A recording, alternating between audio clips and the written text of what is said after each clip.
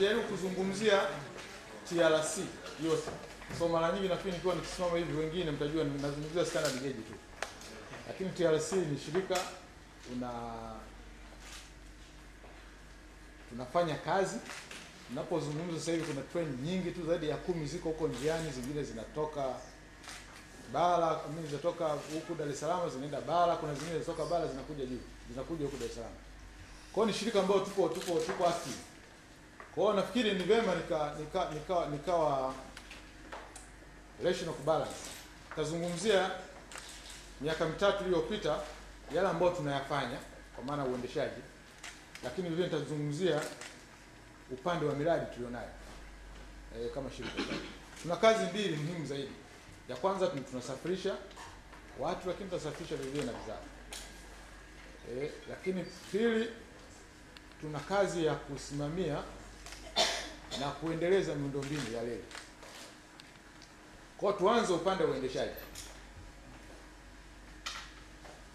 Kama mnavyojua TRC, sasa kuna historia kidogo hapo.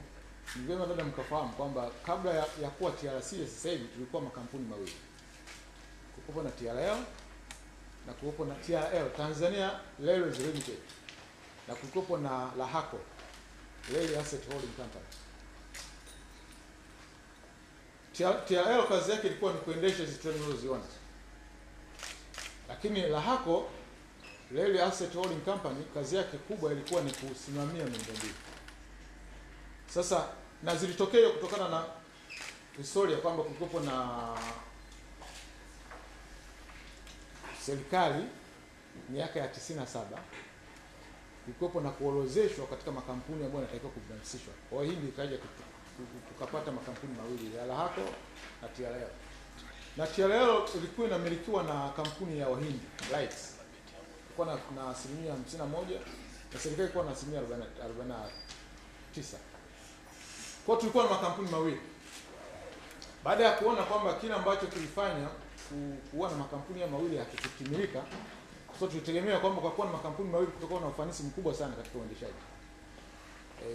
Lakini vile vile miundombinu ingeweza kuendelezwa kwa kasi zaidi. Sasa hilo halikutokea. Kwa kuwepo na maamuzi ya serikali hii ya 5 kwamba makampuni mawili yaunganishwe pamoja tu na kampuni moja ambayo tunaita TRC, Tanzania Railways Corporation. Na namshukuru Mwenyezi Mungu kwamba mimi ndio nilikuwa mkurugenzi wa kwanza katika ile shirika baada ya kuunganishwa. Lakini kabla ya hapo nilikuwa nashikilia sehemu zote mbili. Nilikuwa nashikilia mkurugenzi upande wa TRL, lakini na upande wa LAHACO. Kwa kuunganishwa huko ni kwa sababu ya ufanisi. Kwa hiyo ni historia fupi kwa maana TRL tulipofika sasa hivi. Sasa ukienda miaka mitatu iliyopita, reli haikuwa hii mnayoiona sasa hivi. Na pia hata treni kwa mzioni zinatembea. Na hizo mnazoziona zinazotembea haziendi zikafika kule ndikotakiwa. Kwa hiyo tulikuwa na changamoto nyingi sana. Tulikuwa na changamoto za kiufundi, kwa maana njia yetu sio nzuri. Njia ambayo tunaiona sasa hivi imejengwa miaka 120 iliyopita. Kwa hiyo kwa namna yote vile itakuwa imechakaa.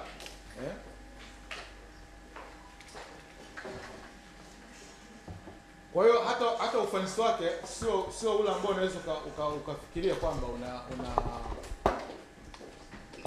unaweza kauona kwa maana ya kusafirisha bidhaa kwa haraka au watu wakasafiri kwa haraka kwa sababu ya uchakavu. Lakini kuna vitu vingine viko vya kibinadamu. Kwa maana kwamba kuko na ubadhirifu, ufujaji wa mapato. Kwa pesa ile inapokuwa na nini haionekani. Kwa hiyo kuna vitu baada ya kuingia tulianza kwanza kufikiria tulichonacho kabla hujafikiria kuomba kitu kingine, kile ambacho unacho sasa hivi tufanyie nini. Kwa hiyo tulifikiria kwanza katika uendeshaji kuleta ufanisi. Kama mzigo mtu amechukua mzigo wake hapa unaenda Kigoma, ufike Kigoma. Sio kwamba treni inatoka hapa inafika Morogoro inakaa siku 7. Kwa hiyo kitu cha kwanza, au mzigo ulikuwa unatoka Dar es Salaam mpaka kufika Kigoma wanatumia hata mwezi mzima. Kwa hiyo tukakirekebisha hicho kwanza. Kwamba kutoka hapa kwenda Kigoma ni siku 3 tu. Pamoja na kwamba na rate tulionayo na ubovu wake. Kwa hiyo tuliongeza efficiency katika uendeshaji. Tuhakikisha kwamba haiwezekani treni ikatoka hapa ikafika mahala eti mafuta na ndoo hakuna. Mteja kalipa pesa, treni imekwama njiani eti kwa sababu hakuna mafuta. Ukiwepo na usala mengine, kuna sijui kama kuna baadhi ya watu ambao mnajua mko na safina treni. Ukifika Tabora pale mnaweza mkakaa hata masaa 6, masaa 5. Tukaje kugundua kumbe kupo na watu pale wana hoteli zao, wanataka kulisha watu chakula Chakula kimaliza kuuza ndio treni zinaendelea. Kwa hiyo kuko na vitu ambavyo vingine vya kibinadamu, efficiency katika operation. Lakini kuna jambo lingine, leakage ya mapato. Upotevu wa mapato. Naweza nikawatolea tu mfano. Treni ilikuwa inaenda pesa zile njiani, tunakuwa na matitio na kusanya pesa. Ikitoka hapa kwenda mpaka Kigoma, unakuta watu wanaleta wale wanaokusanya mapato njiani. Wanakuja na milioni 4.5 mpaka milioni 4 mpaka milioni 5. Lakini baada ya kuweka utaratibu mzuri wa kukusanya zile pesa, tukaenda safari moja tu inaenda mpaka milioni 35. Kwa unaweza kuona kama upotevu ulikuwa mkubwa sana. Kama kila safari unapoenda na kurudi unapoteza karibu milioni 30. Sasa na hiyo tunaenda mara 4 kwa wiki. Kwa mwezi. Kwa unaweza kuona kuna vitu vingine vya kibinadamu, kuweka efficiency, lakini kuweka na watu ambao ni waaminifu katika ukusanyaji wa mapato. Kwa hiyo tukalifanya, lakini swali lingine niwaambie, swala la njia. Ilibidi sisi ndani, kwa sababu tuna watu ambao wanafanya kazi, wafanyakazi wa njia zaidi ya 1000 na 1200. Lakini kilichokuwa kinatokea ni kwamba njia hakuna watu hawaangalii njia. Wengine wako busy tu na mambo yako, nini wanalima mashamba huko. So watu jamaa njia wako polini. Kwa hiyo lenyewe tukaleta discipline katika utendaji. Kama mtu anatakiwa kufanya kazi asubuhi, mtu kwa watu wa njia anatakiwa akiamka asubuhi kabla hajafanya kitu chochote lazima atembee kilomita 8 akiangalia kwanza usalama wa njia, lakini vile vile kama kuna sehemu ambayo unaweza kanini kuna matatizo wakairekebisha. Ni jambo muhimu sana especially wakati wa mvua. Kwa sababu unaweza kukuta mvua usiku zimekuja, daraja likachukuliwa. Kwa asipoamka asubuhi akatembea, maana yake inaweza kaja treni kaanguka. Au kaja treni za abiria inaanguka na mnapoteza maisha ya watu. Kwa hiyo tulileta discipline ya utendaji kazi. Pamoja na kwamba watu wa njia ni kweli Wahindi walipokuja waliharibu system sana. Karibu almost nafikiri 2/3 ya watu wa njia waliondolewa. Kwa hiyo itabidi turudishe hiyo. Lakini sasa tukairudisha, wakati mwingine tunatumia watu ambao ni casual labor. Msingi ni kwamba ni kuhakikisha kwamba njia inasimama. Sasa tulikuwa na mambo mengi, kulikuwa na mambo ya signaling, telecommunication, tulikuwa kuna baadhi station nyingi zimefungwa. Ukuta katika uendeshaji wa reli ili treni ziweze kupishana kiurahisi, inahitaji kuwa na stations. Tunapishana kwamba isisafe treni kwa muda mrefu. Kwa kulikuwa na treni, kulikuwa na station nyingi sana zimefungwa hapo katikati. Njia ya Tanga ilikuwa imefungwa kabisa, yenyewe tukaifungua, lakini na kwenyewe station nyingi zilikuwa zimefungwa. Kwa hiyo tukapeleka station master. Na kwa sababu station master sio kazi ya kawaida, hawezi kuchukua mtu yote tu mwenye degree akaenda kuendesha. Kwa hiyo ilibidi tutumie wazee wetu walio staff tuwarudishe kazini kuja kufanya hiyo kazi. Kwa hiyo kuna mambo mengi sana hapo katikati tumefanya ili kwa asset zile zote tulizonazo tuwe na ufanisi. Na nitazungumzia nini matokeo baada ya kufanya hayo, kuna nini kilitokea. Nimezungumzia mambo ya njia. Kwa mfano kutoka hapa Dar es Salaam kwenda Pugu tulibadilisha njia yote. Ni 60 pound, latili 60. Tulipeleka kwenye latili 80. Kwa nini? Kwa sababu tulianzisha treni ya Pugu. Kuna treni ya Mwakembe na tunaifahamu. Hii inaenda Ubungo. Lakini kuna nyingine ya kwenda Pugu ambayo ilikuwa inachukua watu wengi zaidi. Sasa njia ikiwa inapitiwa kila wakati inaweza kuleta kidogo matatizo. Kwa hiyo tuliamua kutandika upya njia yote. Kilomita 20 kwenye reli kutandika sio mchezo. Ni sio ujenzi wa kawaida, lakini tulitumia engineer wa ndani tukatandika hiyo njia. Lakini hata njia ya kwenda Ubungo vile tuka improve. Na improvement hiyo tulitoka kwa Dar es Salaam tulikuwa tuna move around watu 900,000 mpaka 1,000,000. Tumeenda mpaka 600,000, zaidi ya 6.5 Kwa unaweza kuona kwamba si ni asilimia ngapi au elfu ngapi hizo. Unaweza kupiga. Kwa hiyo kutoka kwenye 1,000,000 tumeenda mpaka kwenye 6.5 milioni. Kwa ni improvement kubwa sana. Ukiangalia treni zetu za mikoani, tulikuwa tuna move kati ya watu 300,000 mpaka 50. Mpaka sasa tumeenda mpaka zaidi ya 600,000 na almost double hiyo figure. Ukiangalia upande wa freight mzigo, tulikuwa wakati tunaingia miaka 3 iliyopita tulikuwa tunacheza kati ya 1,500,000, 170,000 hata 80, lakini mpaka sasa tunazungumzia 360,000 na. Kwa hiyo unaweza kuona movement kubwa kwa juhudi ambazo tulizifanya hapo katikati na matunda yake baada ya miaka 2 miaka 3. Upande wa revenue collection zetu tulikuwa tuna collect around bilioni 23. Tumeenda mpaka sasa zaidi ya bilioni 36. Kitu ambacho ni kizuri zaidi katika haya ninayozungumza ni kwamba watu ni wale wale, equipment ni zile zile. Tulichobadilisha ni hivyo nilivyokuwa nakwambia. Kwenye njia tulifanya matengenezo kidogo, tulifungua baadhi ya njia. Kwa mfano kama njia ya Tanga ilikuwa haifanyi kazi, kama tumeshafungua njia ya Tanga, ilikuwa inafanya kazi lakini at the very low. Kwa tukaitengeneza vizuri sana kwa kuwa na efficiency zaidi. Tulikuwa na ajali nyingi sana zinatokea. Na hiyo njia tukaimarisha zaidi ili treni nyingi tuweze kupitisha kwa muda. Tulifungua station nyingi kama nilivyowaambia ili kwamba treni sio zinasafa hapo katikati. Yaani kutoka inachotakiwa kiuendeshaji kutoka kituo kimoja kwenda kingine itakuwa kama kilomita 10. Sasa unakuta vimefungwa hata station 2 hapo katikati. Kwa maana yake treni inasubiria kule nyingine kilomita 30 ziweze kupishana nyingine. Kwa hiyo mnaweza kukuta kwamba kwa mwendo tunaoenda kutoka na njia wa kilomita 25 mpaka 35 una kilomita almost 70 unasubiria. Unaweza kuona impact yake nini. Unaweza kukuta train na delay karibu hata masaa 3 4. Mkiwa na station nyingi mna swap. Kwa maana yake ile delayment trains zina move all the time. Lakini ili waweze kupita kwenye station lazima muwe na station master ambao ndio wanaoruhusu. Kwa hiyo hayo ndio katika upande wa uendeshaji unaweza kuona movement hiyo ilivyokuwa. Lakini kama nilivyowaambia tumefungua njia kwenda Kampala. Kampala ambayo imefungwa karibu miaka 10. Tumesaidia na wenzetu wa TPA. Kwa kuna mizigo sasa hivi ninavyozungumza kuna treni zinaenda Port Bell Kampala. Na kutoka pale wanapeleka kwenye CD zao. Hata biashara ya Uganda sasa hivi imerudi kwa kiasi fulani. Ukilinganisha na mwanzo tulikuwa kwenye 1% mpaka sasa tumeenda kwenye 3 zaidi ya 3%. Kwa hiyo wanakuja kwa sababu wateja wanapoondoka kwa muda mrefu kuwarudisha kidogo kwa sababu njia ilikuwa imefungwa karibu miaka 10. Kwa kuwarudisha sio kitu ambacho inakuwa ni rahisi. Tunawashukuru sana watu wa TPA kufanya marketing na marketing zile tunafanya pamoja. Tuna move nao kwenda kufanya marketing. Uganda kuna tani takriban around 1.6 million. Lakini sisi tuko around 3%. Ni kidogo sana, si ndio? Lakini ili tuweze kuhakikisha kwamba watu wao wanatumia bandari yetu, lakini vivyo wanatumia reli yetu, ni lazima tu market, ni lazima tu improve services zetu, lakini lazima vile tuwaambie kwamba we are different na gharama, kwa sababu ni ushindani.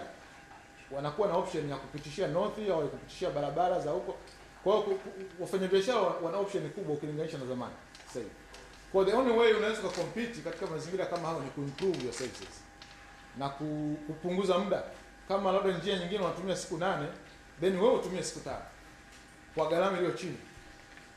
Kama kule labda unaweza kukuta kuna bureaucracy nyingi. Kama unaenda kwa kutoka Dar es Salaam unafika Mwanza. Kuna TRA hizi, kuna nani, kwa bureaucracy zile zenyewe zinafanya watu wengi. Kwa na zile nyinyi tunahakikisha kwamba tutafanya kazi kwa karibu sana TPA, lakini vivyo na wenzetu wa TRA. Na imeleta matokeo makubwa sana. Sasa niliwaambia kwamba ukienda miaka 3 iliyopita tulikuwa tunasafirisha around tani 150 mpaka 180. Ukiangalia kwa mfano kota ya kwanza tu sasa hivi. Yaani tunazungumzia kuanzia Julai 2018 na 2019 kwa kota ya kwanza mpaka sasa tumeshasafisha tani 102,000. Almost zaidi ya 60% ya kile ambacho tulikuwa tunakifanya mwaka mzima. Yaani kila ambacho ukienda miaka mitatu iliyopita, kila ambacho unaweza kufanya mwaka mzima, kwa sasa hivi quarter tu ya kwanza umeshafanya 60% ya hiyo. Kwa hiyo unaweza kuona kuna improvement kubwa sana. Upande wa abiria nilikuwa naambia tulikuwa tunasafisha around 360,000. Lakini mpaka sasa tunapozungumza quarter ya kwanza tumesafisha zaidi ya abiria 200,000. Kwa hiyo almost naweza kaangalia ni zaidi ya maybe 70% ya kila ambacho tunaweza kufanya kule, au 65% ya kila tunaweza kufanya kule. Kwa basically tunachosema hapa ni kwamba kuna improvement kubwa sana.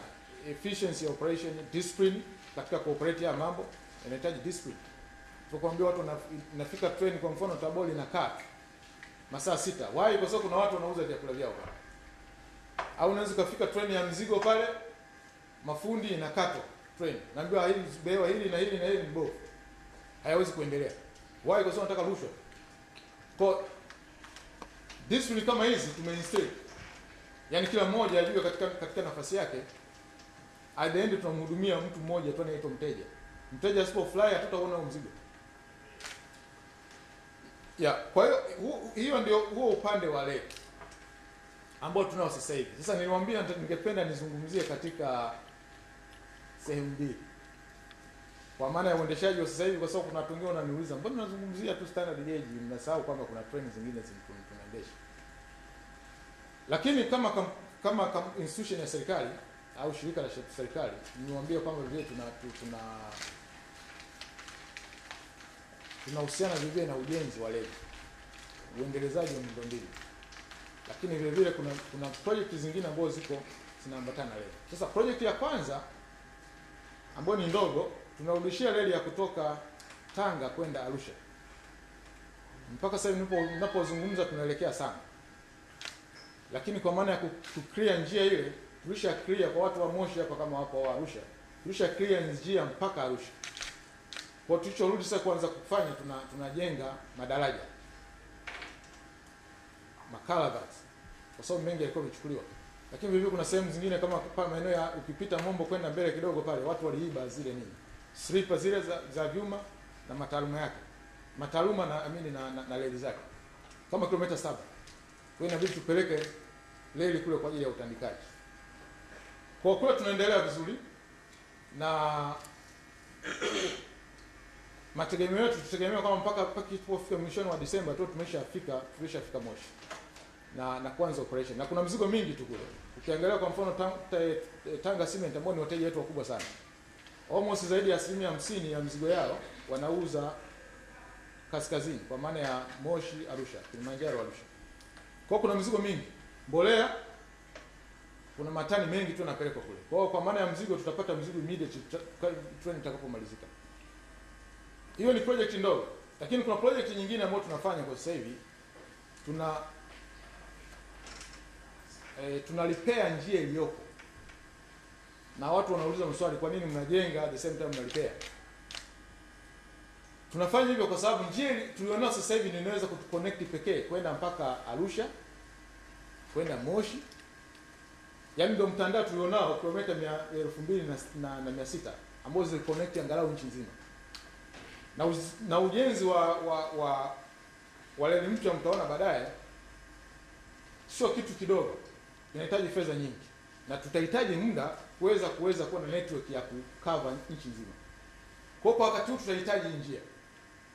Lakini hivyo hata katika uendeshaji wetu wa sasa hivi hizi reli nafikiri mmefuatilia waandishi wa habari mnaona kwamba reli zita move sisi. Yaani sisi tunatumia train yetu iliyoko kumove hizi nini? Reli, hizi heavy equipment. Lakini hata equipment zenyewe wanazotumia katika ujenzi. Badala ya kupitia barabara tunapitisha kwa reli.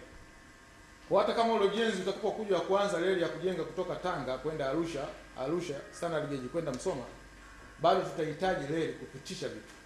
Kwa ni lazima reli tulionayo sasa hivi tuiangalie. Kwa hiyo kwa maana kwamba kuna mzigo inahitajika kazi, lakini vile vile kiusalama, kwa sababu pale ujue reli unapoiona inapochukua watu inapoondoka, kuna watu wa Kigoma. Kuna watu wa Kigoma jamani. Msijifiche. Mpo. Ukiona reli moja inapoondoka pale karibu watu zaidi ya 1,200. Kwa ni lazima tuhakikishe kwamba Watanzania wanasafiri kwa usalama. Kuimarisha madaraja yetu lakini na njia yenyewe. Katika ukarabati huo utafanyika katika hatua mbili. Utafanyika katika combination mbili. Ya kwanza tutatoa reli iliyopo ya ratili 60 kwenda ratili 80 kutoka Dar es Salaam mpaka baada ya katikati hapo ya nini Morogoro na Dodoma. Lakini kuna sehemu zingine tutafanya kuimarisha madaraja. Na kwa nini tunaimarisha madaraja? Leo tulionao sasa hivi excel zile, yani kwa maana uwezo wa madaraja kubeba ni 14. Sasa asilimia karibu 90 ya mzigo, zaidi ya 95 ni containerized cargo, inakuwa kwenye makontena, sio kama zamani, sio loose cargo. Kwa mnapokuwa na madaraja ambayo yako weak, hamwezi kuwa na efficiency ya kubeba mzigo. Kwa hiyo tunabidi tuimarishe madaraja.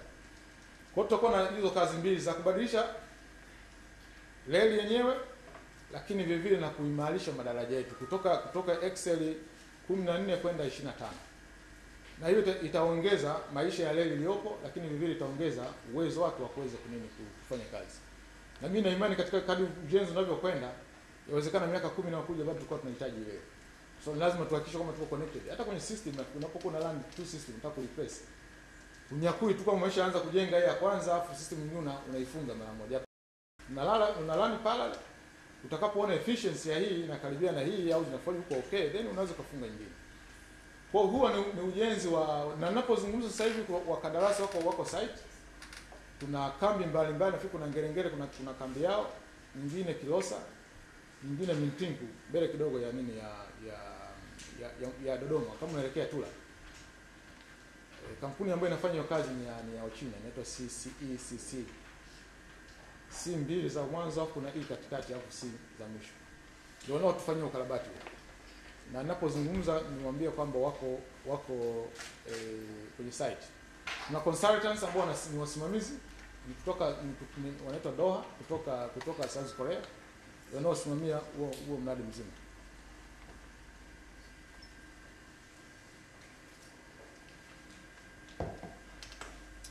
Sasa nataka nizungumze kwa sababu hii ni wachie muda wa kuuliza maswali. Nataka tuje kwenye standard gauge. Na tukwambia siku watafanyaje, lakini nitakuwa naenda, kuna slide mtakuwa mnaangalia. Ningependa mnisikilize zaidi kuliko kuangalia slide.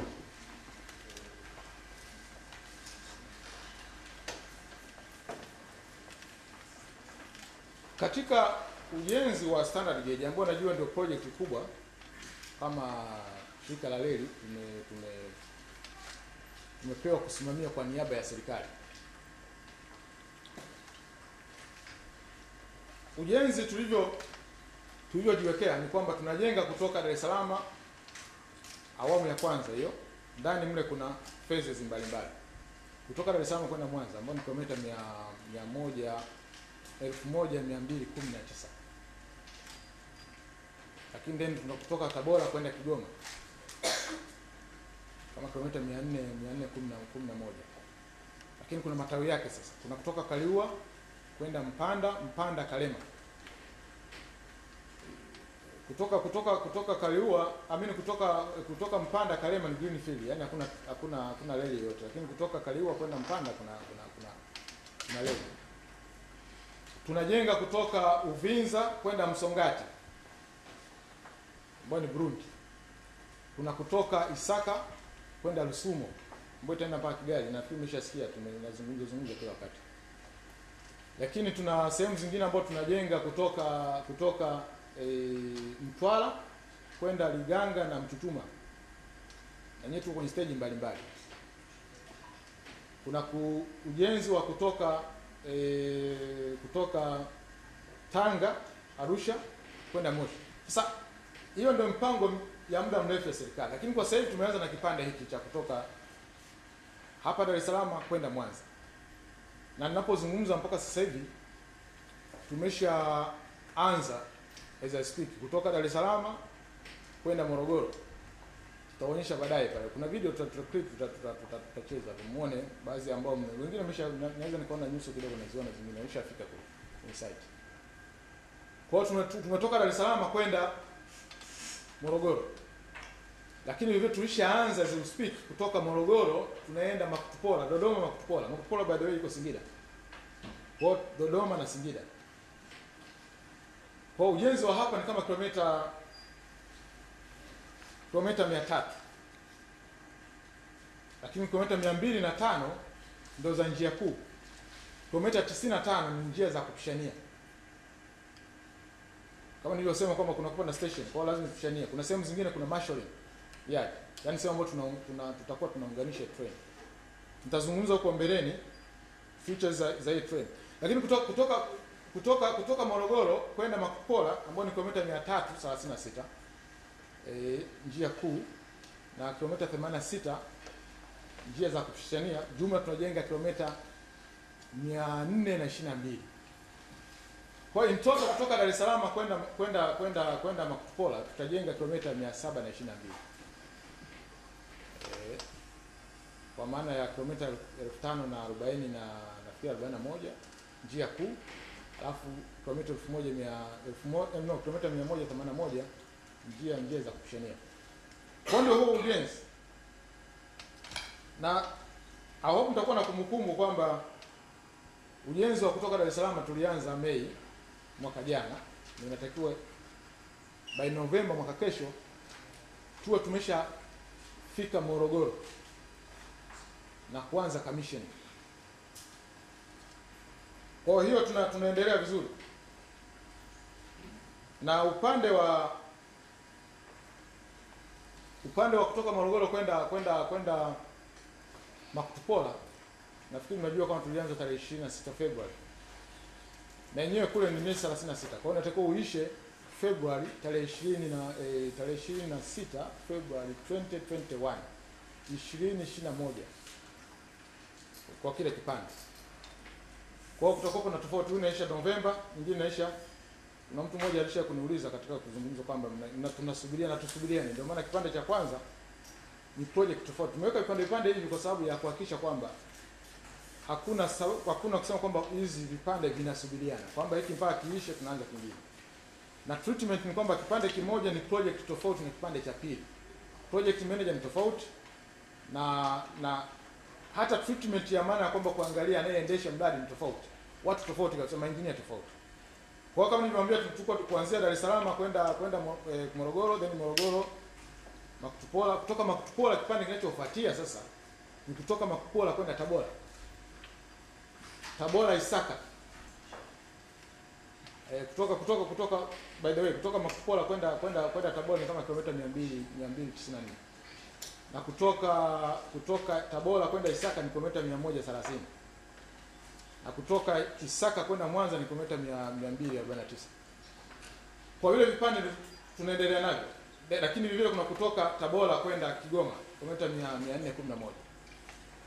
Tunaendelea navyo.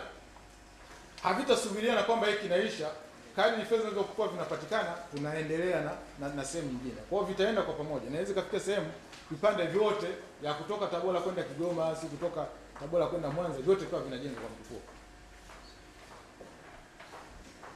Makampuni ambayo yanashiriki kwenye hili si baya sana nitarudia. Ujenzi wa kutoka Dar es Salaam kwenda Morogoro ni JV. Kuna makampuni mawili ambayo yanafanya kazi, ambao ni Motor Engine ya kutoka Ureno na Yapi ya kutoka Uturuki. Lakini kwa maana ya kutoka Morogoro kwenda Makutupora, mjenzi mmoja tu ni Yapi Mackenzie. Nafikiri mnaweza mkalichukua vizuri hilo. Tunatofautiana kwamba kutoka Dar es Salaam Morogoro wajenzi ni tofauti, na kutoka Morogoro kwenda kwenu wajenzi tofauti. Na tuna treat kama separate au project inayojitegemea. Na umuhimu wake ni kwamba tuwe na control. Asije akachukua mtu mmoja tu urefu wote huu, halafu akiwa mbovu maana yake sio mwisha stack. Hamwezi kufurukuta, si ndio? Kwa ni ujanja tu kwamba inatakiwa tu separate hizi contract.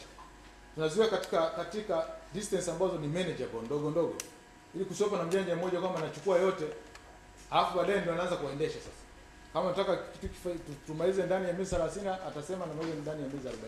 Hamna namna. Lakini tulivyo separate hivi inatupa mwanya mzuri sana wa namna ya kuwa manage hawa wakandarasi. Kwa maana ya nafikiri kifedha najua kutoka Dar es Salaam kwenda Morogoro ni 1.2 billion. Hiyo ni inclusive tax. Na kutoka Morogoro kwenda Makupola ni 1.9. Kwa in total ni kama 3.3 around 3.1. Hiyo ni baada ya kujumlisha kodi ya serikali. Sasa kodi kwa wasibu ambao wamesema wasibu hapo, kodi sio gharama. Kodi inarudi ni pesa ya serikali, inarudi serikalini. Kwa basically kwa gharama ya kwamba tunaojenga kutoka hapa Dar es Salaam mpaka Makupola ni around 2.7 ukitoa kodi. Lakini ukijumuisha na kodi inaenda kwenye 3.1. Lakini kama nilivyowaambia, kodi kwa maana ya kwamba wasibu, kodi sio gharama. Kodi ni pesa ya serikali, inarudi serikalini. Na mradi huu ni wa serikali. Serikali ndio inatoa pesa. Kwa ile pesa inarudi kwake. Kwa mradi gharama halisi around 2.7. Na kwa watu ambao mnafuatilia kwa mradi huu, kwa kilomita hizo zote tunazojenga 2.7 ni gharama sio cheap, very reasonable ukilinganisha na nchi zingine. Tusingependa kuzungumzia nchi zingine. Inawezekana kwa tunazungumzia pengine ujenzi wetu tunaofanya huu kwa gharama ukilinganisha na nchi zingine. Hiyo mtafanya nini wenyewe sasa, hiyo ni research. Kwamba nchi zingine wanaojenga kilomita pengine nusu ya hizo tunazojenga sisi wamelipa kiasi gani. Kwa hiyo ni efficiency kubwa sana, na sisi kama tunasimamia kwa niaba ya serikali, tunalisimamia jambo hili kwa umakini sana, kuhakikisha kwamba gharama iliyopangwa ndio hiyo tunafika mwisho. Sio kuna mengine si variation, sio asilimia ngapi. Sasa katika ujenzi wa reli ambao baadaye nitakuja kuangalia, kuna stages mbalimbali. In totality mpaka kumzia kwa kipande cha kutoka Dar es Salaam kwenda Morogoro tuko kwenye asilimia zaidi ya 34. Mpaka mwishoni mwa mwezi wa 10 tuko kwenye asilimia 32.1. Lakini mpaka sasa hivi imeongezeka kwa taarifa ambayo nimepata update ya jana, tuko above 34%. Huwa tunatoa hizi report kila mwezi. Nafikiri mnaonaga zile video tuna communicate na nyinyi. Kwa asilimia 34, lakini that is average. Yaani ni average ndio tulipo. Nasema average kwa sababu gani? Katika ujenzi wa train kuna stages mbalimbali. Mkataba wetu ni wa kudesign na kubuild. Yaani kusanifu na kujenga. Kwa anachokijenga alianza kwa kusanifu. Sasa katika ujenzi kuna contractor, kuna consultants, alafu kuna sisi client. Kwa alianza kusanifu. Sasa kusanifu sio kitu ambacho kinaonekana, na inawezekana kwa katika hali ya kawaida mtu asione kwamba kuna umuhimu sana katika kusanifu. Lakini basically unachokisanifu ndio kitakachojengwa. Kwa usipokuwa makini kwenye usanifu, product itakayotoka baada ya usanifu itakuwa ni kitu cha ajabu kabisa, kituko. Kwa hiyo alianza kwa kusanifu, then akaingia ujenzi. Sasa ujenzi kuna sehemu mbalimbali. Kuna earthworks. Earthwork kwa maana ya ukataji milima. Kuna sehemu ambayo kama kuna mlima tunakata. Sehemu ambayo kuna mabonde tunafill. Udongo ukiwa mzuri huo ukatwa, ndio wanaotumia huo kufill kwenye mabonde. Katika stage ya kukata mpaka tumalize mradi wote, tunajua tutakata na kufill cubic meter around milioni 23.4. Mpaka sasa tumeshafanya around milioni 12.7, ambayo is around 55%. Kwa kwenye earthwork tuko kwenye 55%. Lakini kuna ujenzi wa madaraja. Kutoka hapa kilomita 0 kwa station yetu pale mpaka kilomita 20 tutakuwa na daraja kama kilomita 2.6 ambalo linaanzia kilomita 0 mpaka maeneo ya Ilala, ambao nimeshaona zile nguzo zile. Nafikiri mnapita mna nguzo pale zile. Kwa pale maana yake train itapita juu, magari yatapita chini. Au kama kuna abiria watapita nini, waendesha pikipiki nini watapita chini. Hakutakuwa kama train yetu sasa kama train inasubiria watu au watu wanasubiria treni ipite. Kwa hiyo tutakuwa tunapita juu. Kwa hiyo lakini kutoka Dar es Salaam ukiacha daraja kubwa lile la kilomita 3, tuna madaraja 26. Yaani kutoka Dar es Salaam kwenda Morogoro kuna madaraja 26 makubwa. Tuna makalavati 243. Na kuna underpass na overpass. Unajua tunapopita kutu kuna sehemu zingine treni imepita katikati ya kijiji. Yaani kijiji kimeachanishwa huku upande na upande mwingine. Kwa lazima mtafutie sehemu ya kupita watu. Kwa sababu hapo unaweza kukuta baba yuko huku, mama yuko huku, si ndio? Ndio wasiliane sasa. Kwa hiyo lazima nini kuwepo na vitu kwa nini vya kwa kuna underpass. Either watu watapita chini au watapita juu. Kwa tuna overpass 17, tuna underpass 15. Na hizo watu wa public relations watufanyia kazi nzuri sana. Kwa sababu mara kwanza wakati wa kudesign sisi wataalamu wetu walipita wakasema tutaweka njia yetu hapa. Lakini tulipitisha watu wa social kuzungumza na wananchi. Ili tuelewe kabisa kwamba kweli hapa na sehemu zingine waligeuza. Badala kwamba kuweka hapa wekeni hapa. Kuna watu wanafuga mifugo. Treni yetu kutokana na mwendo wake tutafence yote. Kwa maana yake kutakuwa hakuna sehemu ya kukatiza. Kwa hiyo lazima watu watafutie sehemu za kupita na shughuli zao. Kuna sehemu zingine ambazo tunakutana na barabara, tunaweka line mbili, watu wanaweza kupita na magari yao. Kwa hiyo tuna overpass 17, underpass 15, lakini vile vile katika treni hii itakuwa inakutana na treni iliyopo sasa hivi. Itakuta kama sehemu 5. Na hiyo aidha itapita chini moja hapo, nyingine itapita juu. Kwa hiyo sitaweza kukutana au kusubiriana. Ambao ni hatari sana. Tunajenga station. Tulisha design, I wish kama tulikuwa tumekuja na design za station. Tunazo? Lakini kuna baadhi nimeshaona kwenye mitandao wanazungusha station zetu. Tunajenga station 6. 2 ninapozungumza ya Soga na ya Pugu ziko katika under construction. Lakini tutakuwa na station kubwa sana Dar es Salaam. Ambayo labda kitu ambacho naweza kaelezea katika station ambayo ni very unique, uwezo ukipata nchi yoyote. Ni kwamba wale design wakati tuna design tulihakikisha kwamba zile station zina axe. Yaani zina kitu kinachoweza kutambulisha kama Watanzania. Kwa hiyo tuliletea drawing zile design zilikuwa mbalimbali. Kuna wengine walituletea design za Ngorongoro, zingine Kilimanjaro, nini inavyoonekana muonekano. Lakini tukaja kuseto na madini ya Tanzanite. Kwa hiyo ile station ile itakuwa na muonekano wa madini ya Tanzanite. Ambao ndio madini pekee yanayopatikana nchini hapa.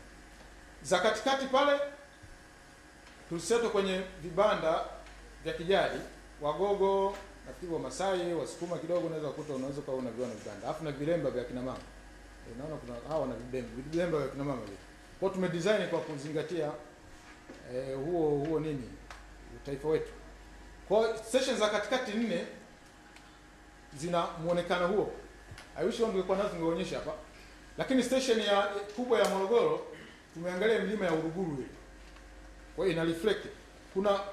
Kuna hizi nyumba za kiasili, kiasi fulani unaweza kuziona, lakini ile series au muonekano ni milima ya Uruguru. Na tutafanya hivyo tutakapoendelea kule kwa watani zangu Wagogo, nini tutaangalia tuweke station ambayo inafanana na mazingira au tufanye kitu ambacho kina axe taifa letu. Kwa hiyo tunajenga station hizo. Na labda tukakwambia kutoka hapa mpaka Makupola tutakuwa na station kama 14. Lakini kwa hapo katikati tutakuwa na hizo 6. Kule upande mwingine tutakuwa na station 8. Tumesema kwamba treni yetu itatumia mfumo wa umeme. Kwa hiyo ukipita kule utaona kuna baadhi ya picha zile utaona kuna miundombinu ya umeme. Zile nguzo zitakaa wapi? Kwa hiyo wenyewe tunaendelea vizuri sana. Between kutoka hapa mpaka Morogoro tutakuwa na substation kama 8. Ambazo tutakuwa tunaunganisha kutoka kwenye main grid ya taifa kuja kwenye substation zetu. Na swala la umeme tu niwatoe wasiwasi kwamba hatutakuwa na tatizo la kama nini treni umeme ukakatika, si treni ikabaki kwa njia. Tumechukua tahadhari zote. Tuna backup system ya kuhakikisha kwamba treni zetu zinalani masaa yote.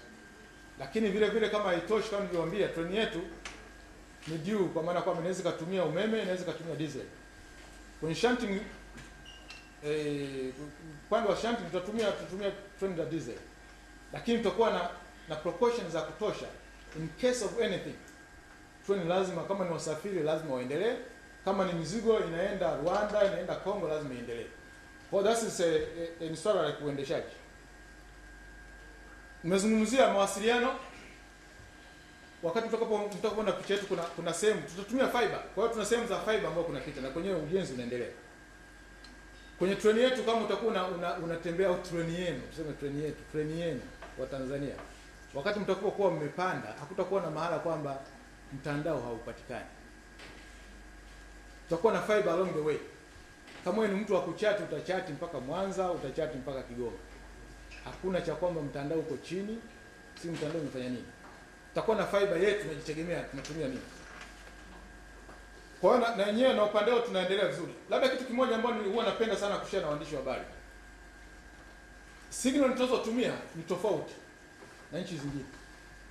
Lazima unaweza kusikuta ziko Europe. The latest technology.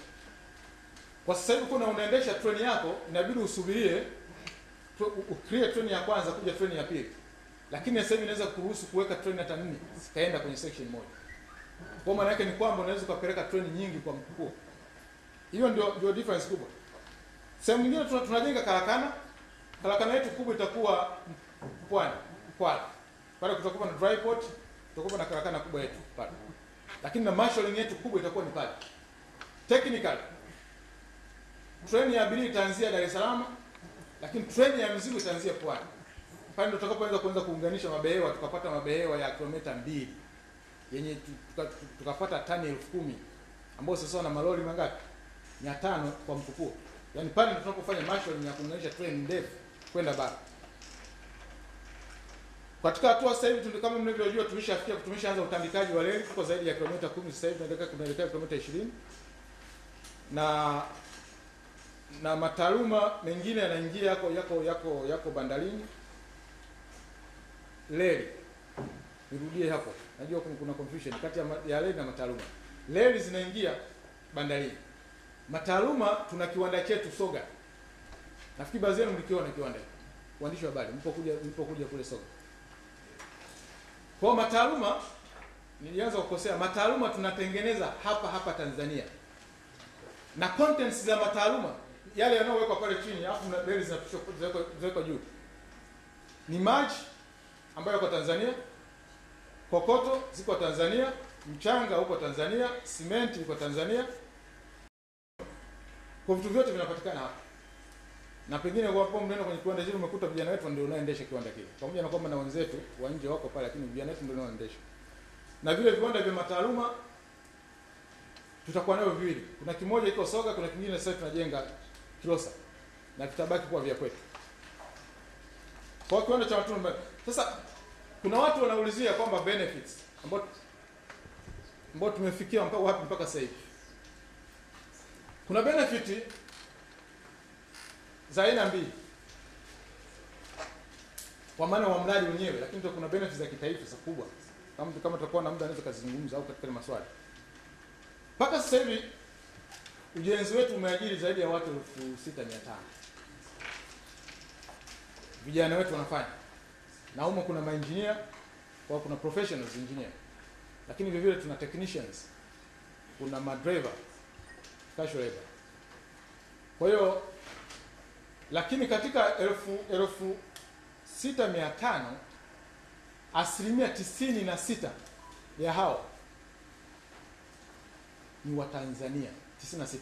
Na 4% tu pekee yake ndio watu wa nje.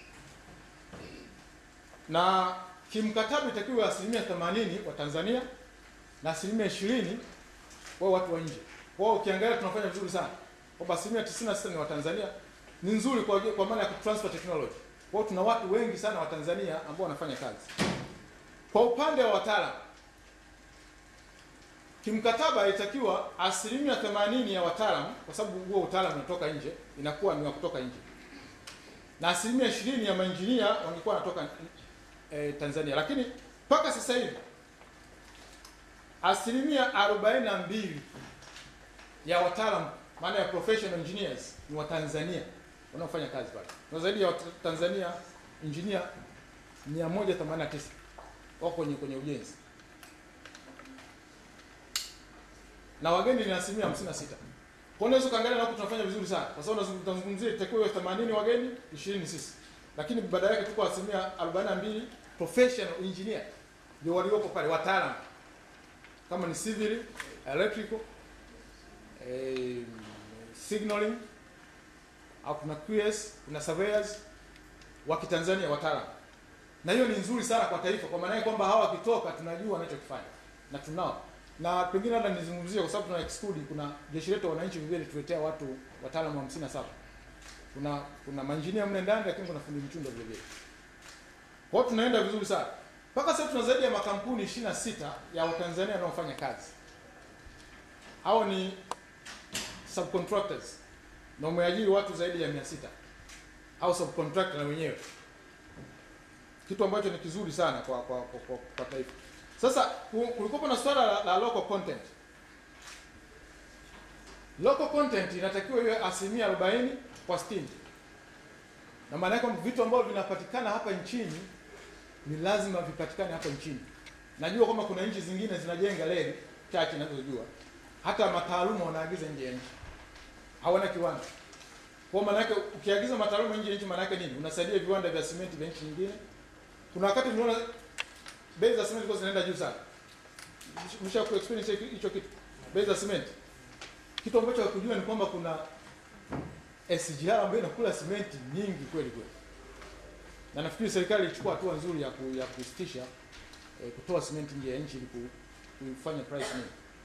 Kwa simenti maana yake ukishapelekea watu wa nje wakutengenezea mataaluma, maana yake ni kwamba unafanya viwanda vya wengine kule, au unapeleka ajira zako nje ya nchi. Na kitu kingine ambacho labda vizuri nikaliphrase hapa. Unajua tunaposema tunatumia umeme, unajua maana yake nini? Kwa sababu either utatumia diesel au utatumia umeme. Tunaposema tutatumia umeme, maana yake tuna localize uchumi wetu. Kwa sababu shirika litakalotupa umeme litakuwa ni la Tanzania. Kwa maana yake baada ya kutoa bilioni 100 tukapeleka nje kuimport mafuta, tunachukua bilioni 100 tunalipa shirika letu la TANESCO. Kwa ina maana nzuri sana hii kiuchumi. Kwa sababu tunajenga uchumi wa kitaifa. Kwamba kila vitu tunavyotengeneza tunajenga uwezo wa kutegemeana ndani. Yaani tunatengeneza soko la ndani badala ya kutengeneza soko la watu kule nje. Sasa najua mnaweza mkauliza kuna swala la kwamba treni yetu 70% tumepita kwenye lightway zetu. Na 30% tumewafuata. Na hiyo kwa sababu ya kasi. Ile treni yetu ya sasa hivi imeenda kama nyoka hivi. Sasa hivi inanyoka kidogo. Kwa kuna sehemu hatuifuati ile treni. Imenyoka. Kwa maana nyingine 30% tutafuata wananchi. Na wananchi ambao tumefuata tumeshafanya tathmini. Vitu vingine viko mwishoni kwa government value. Na ninapozungumza sasa hivi tumeshaanza tayari nini kufanya kulipa wananchi ambao tumewafuata. Kwa ni kitu ambacho nafikiri tunaendelea vizuri. Tuna zaidi ya wananchi 6514 ambao wameathiriwa na mradi huu. Na zaidi ya bilioni 80 yatakiwa kufanya compensation, lakini mpaka sasa hivi tumeshafanya around bilioni 4.5. Tunaendelea. Kwa watu wa Morogoro wanatokea Morogoro tulikuwa na mambo ya kuhamisha makaburi na kunini. Kwa hiyo tunaendelea vizuri sana. Sasa vitu vingine nafikiri hapo ni picha tu. Mambo ambayo ni ya msingi nimemaliza kuyazungumza.